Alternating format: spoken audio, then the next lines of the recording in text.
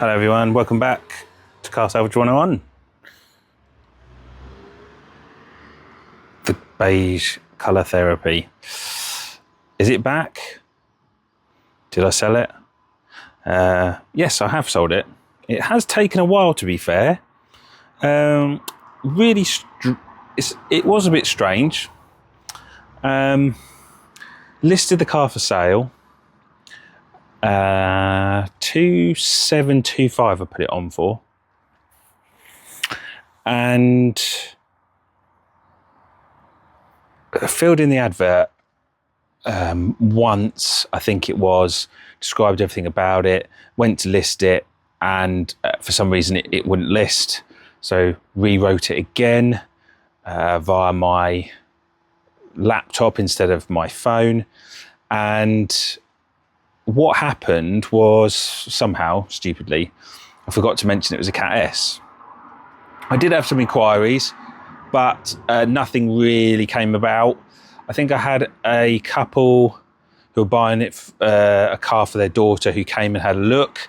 They described how nice it looked, but never saw them again after that. And then after that, plenty of views on it, plenty of people sharing it, but contact just got less and less. Few people, yeah, I'm interested. Is it still available? But nothing. And then just went into a good few weeks of pretty much nothing. Just really strange, just very strange. And then had one person who would message me at the weekend, is it available? You'd say yes, then nothing. Then the week end after, another message from them going, is it still available? I'd like to come and see it. You'd say no problem. You'd give them various times that you're available. Again, nothing. Weekend, another weekend, can I come and view it? And you're like, okay. Anyway, eventually came to view it, but decided that they weren't sure on the Fiat 500 in general, and said that they might come back in a few months. And then by this point, I've reduced it down. It was at 2,699, just taking small little bits off it. And I think I then ended up doing it at 2,649, and just taking £75 off. All of a sudden, multiple people were interested, and out of the blue comes a woman who says that she wants to come and view it. We arrange a time. She comes, views it with her kids, pretty much instantly, and her kids say they love it, and pretty much wanted the car, which is great. So, you know, as I say, didn't have to take too much off. But anyway, I babble, but I'm just giving you a bit of a story. So you can see that the hubcaps are off. Now, there's a few things I need to do before I need to sell this, and this is going tomorrow morning.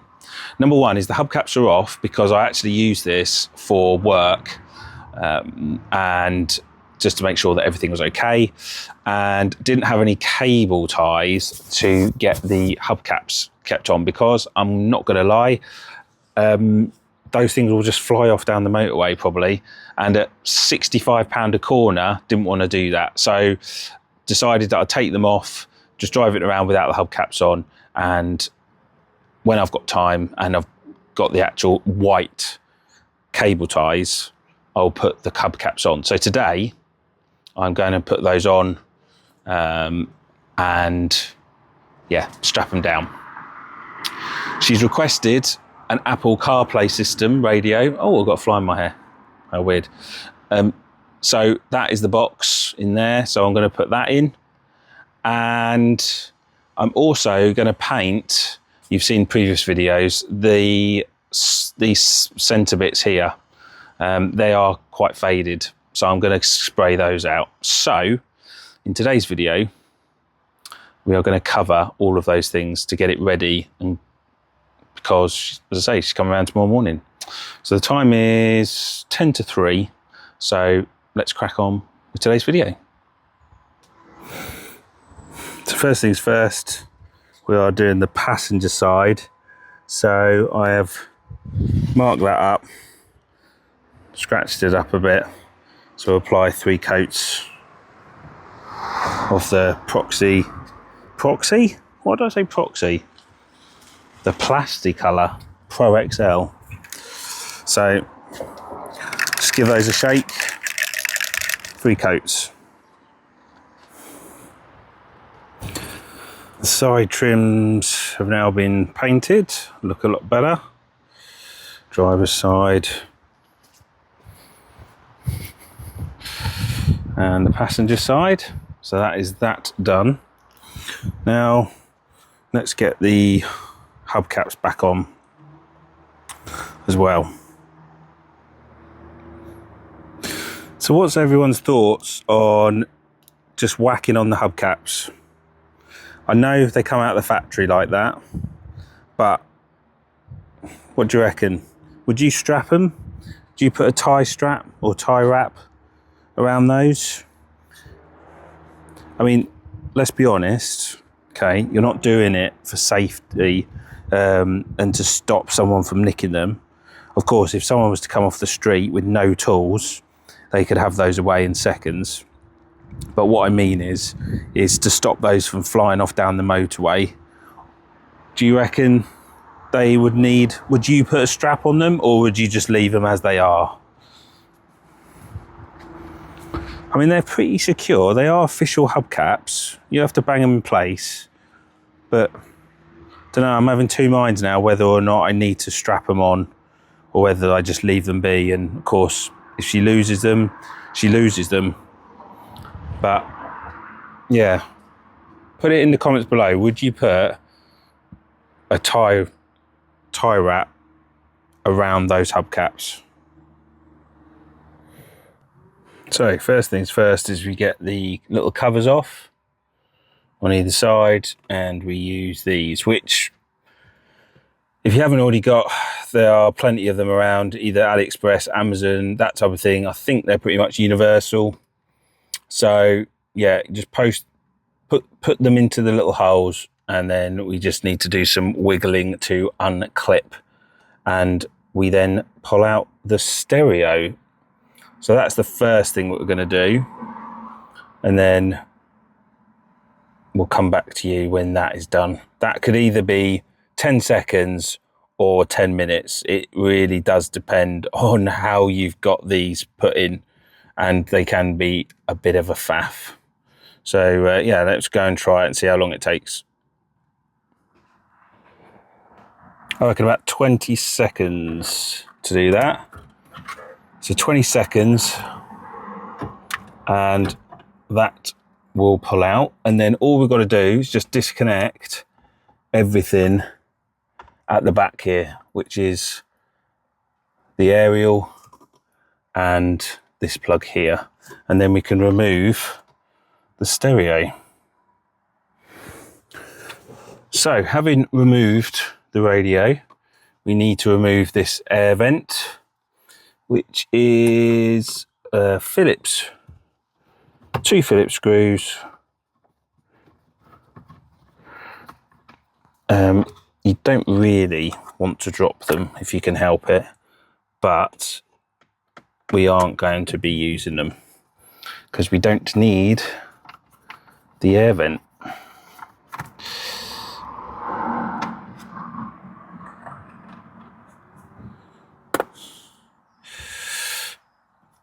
And then it kind of clips at so it kind of comes out at the bottom here, but at the same time it's clipped in at the top. So you kind of need to wiggle it, push it down a bit, get it released like that, and then out it comes. So that is the very simple procedure of making way for everything that we need to put in. We'll leave that down there. So one of the next things I do is, whilst it's all clear, is we have a GPS a box which is going to sit on top of the dashboard, and I need to run a wire from that into the back of here. So I'll show you how that works now. So this is the GPS antenna, and how we're going to do it is we should have the room to feed it diagonally down on the left hand side, and it will pop out in the passenger footwell. So I'm actually going to remove my watch because we don't want to scratch that. And I'm normally used to just small wires, but you should still be able to get, once it starts and the weight of the thing, it should then just drop. But if you've got small hands, then it will work for you. Right. Okay, there we go. That looks like that should be dropping down the bottom. There we go. Right, that is down the bottom.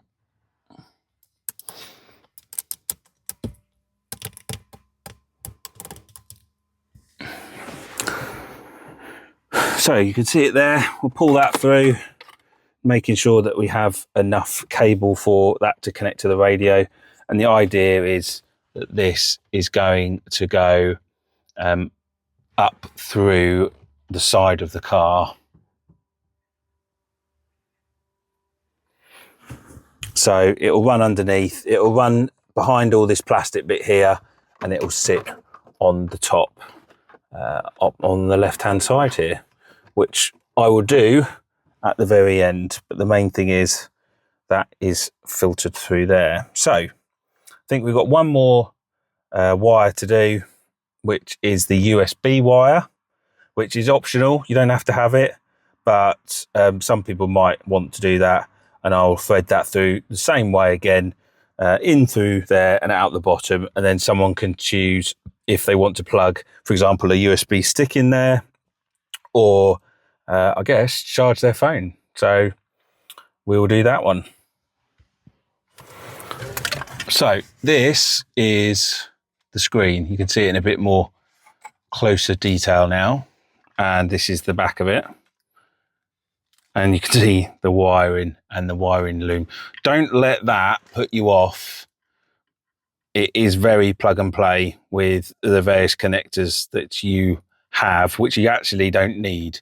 In this case, it's a pop. So actually it just needs the two wires that we pulled out at the beginning, the block wire, so the main wiring loom will clip into that one, and the aerial will go into this here. And then all we've got to do is just connect the GPS signal, which is unit, which is in here. But otherwise, we don't have to worry about all these ports or all of these. These are all for auxiliary speakers and I think like reversing camera, those types of things. So it's simple, but the biggest issue you'll have and how frustrated you get is, bear in mind, this all has to go into the back. So it has to slide in, and all of this gets hidden in the back. So that's what we need to do. I've clipped these together to just try and make things a bit more simple. But yeah, we will get going with this, and I won't record it, but we'll just connect it up, and then I'll come back to you when it's all done. And we have the screen. The screen is in. I've left the film on there, but yeah, we have one Android / Apple CarPlay stereo in. So take all my stuff out.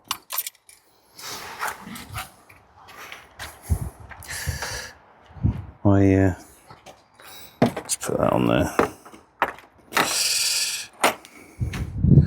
That is the car ready to go off to the new owner. This is a day later. Basically, I'm not going to lie, that getting in there was actually more difficult than I thought. The reason behind that is the cage, the metal cage. The metal cage, for some reason, is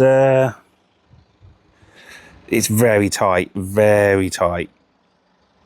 So,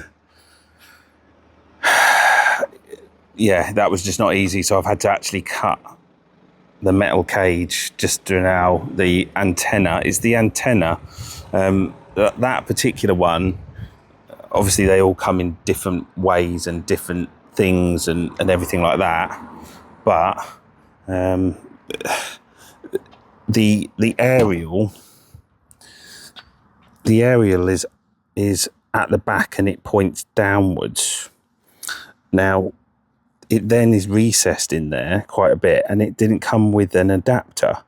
So I've had to find an adapter which then protrudes downwards. If you can imagine, that's downwards there. And it means that when you then try to slide it into the cage, it's all protruding. So I've had to cut the cage in order to slide it in.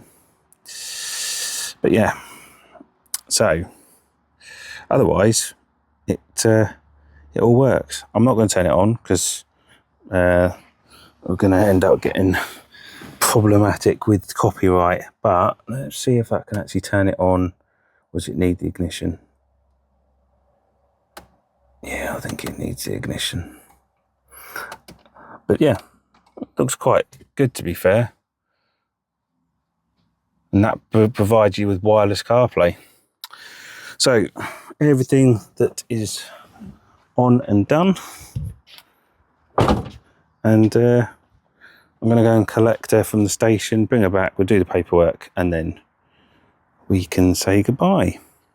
It's been a few months since I've had this, obviously, because I had to sort a few things out.